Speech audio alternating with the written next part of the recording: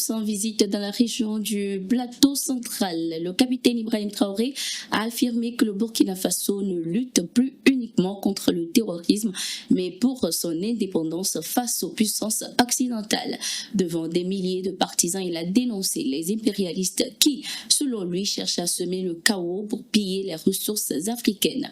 Il estime que ces impérialistes expriment leur opposition aux initiatives industrielles locales, car chaque nouvelle usine au Burkina Faso représente une menace pour les intérêts économiques de ces impérialistes.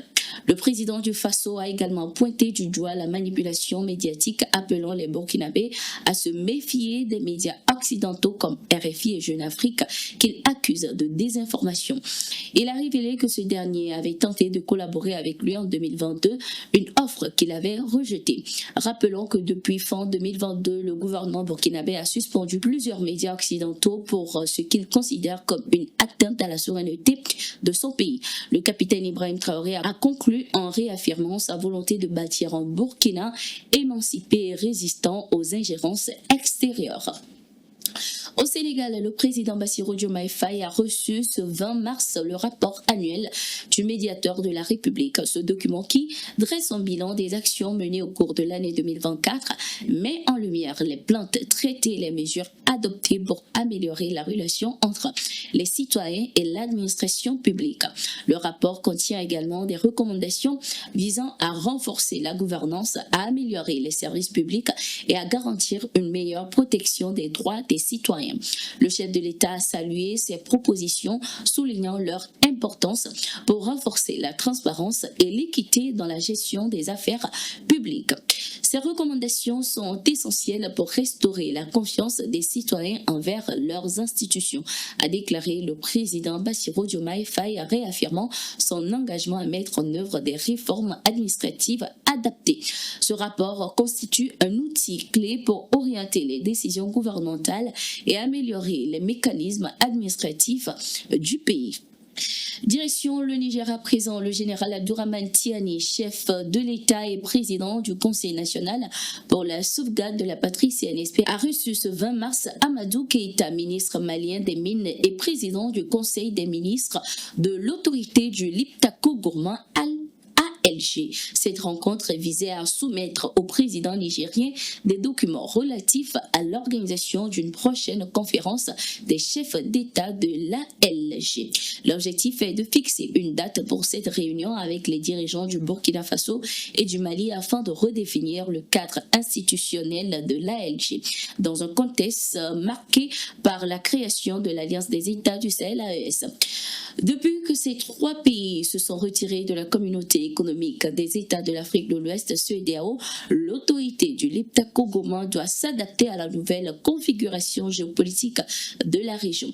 L'ALG doit revoir sa structure et s'intégrer dans l'AES, a déclaré Amadou Keïta.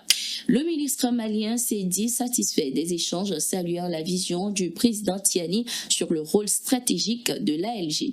Créée en 1970, cette organisation sous-régionale vise à promouvoir le développement intégré du Liptako Gourmand, une zone transfrontalière partagée par le Burkina Faso, le Mali et le Niger. Au Mali, le Premier ministre malien, le général de division Abdoulaye Maïga, a présidé ce 20 mars 2025 à la 4e réunion mensuelle de concertation entre le secteur public et le secteur privé à la primature. Cette rencontre visait à renforcer le partenariat entre les deux secteurs afin d'améliorer la satisfaction des besoins fondamentaux des populations. Au cœur des discussions figurait l'état d'avancement du plan d'action gouvernemental et les réformes structurelles économiques. Le ministre de l'Industrie et du Commerce, Moussa Alassane Diallo, a présenté un bilan positif de la mise en œuvre de ces mesures, mettant en avant des progrès notables dans l'approvisionnement des marchés et la maîtrise de l'inflation. Le gouvernement a également recueilli les propositions de 34 organisations professionnelles pour renforcer la base productive de l'économie. Le Premier ministre a ainsi salué l'engagement du secteur privé, a insisté sur la nécessité d'un dialogue permanent pour une croissance durable.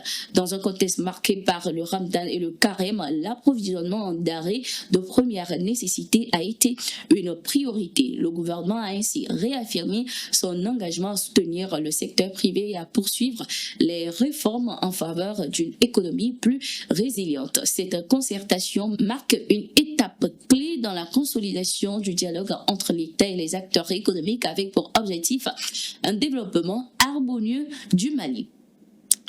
Nous restons toujours avec le Mali. Les forces armées poursuivent leur lutte contre le terrorisme.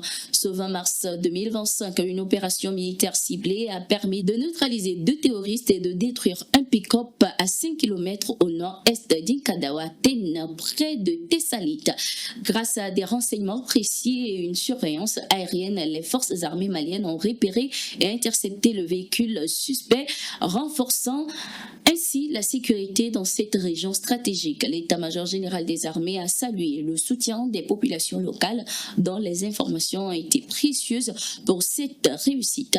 Il a ainsi appelé à une vigilance accrue et met en garde les complices des groupes armés terroristes. C'était tout pour cette édition de Gatingo.